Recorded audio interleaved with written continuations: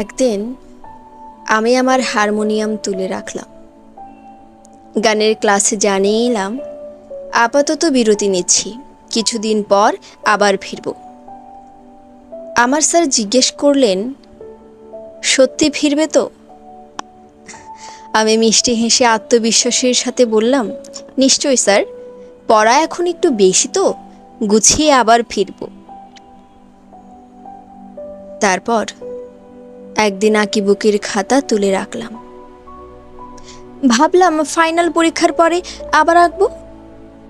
৩৬ রঙের অয়েল পেস্টেলটা কেনার পর সারাদিন কতবার যে বুকে জড়িয়ে ধরেছিলাম। নতুন কেনা খাতাটা খুব যত্ন করতাম, আজ গুবিয়ে এঁকে পাতা নষ্ট করিনি, কেবল পরে আঁকবো বলে বাছিয়ে রাখলাম। আমার হারমোনিয়ামটা খাটের তলায় এক কোণে রাখা আছে, মাঝে মাঝে ধুলো জেরে রাখি, আগে দু একবার বাজিয়ে দেখতাম। আজকাল লজ্জায় সেইটুকুও করি না। আর আঁকিবুকির খাতাটা এই সেদিন কাগজওয়ালার দাঁড়িপাল্লায় উঠে গেল, নতুন অনেকগুলো পাতা সই উঠল। বুক সেলফের বইয়ের সংখ্যা আর বাড়েনি, অথচ হিসেব কষেই রেখেছিলাম ঠিক কতদিন পর আবার একটা নতুন বুক সেলফ লাগবে আমার।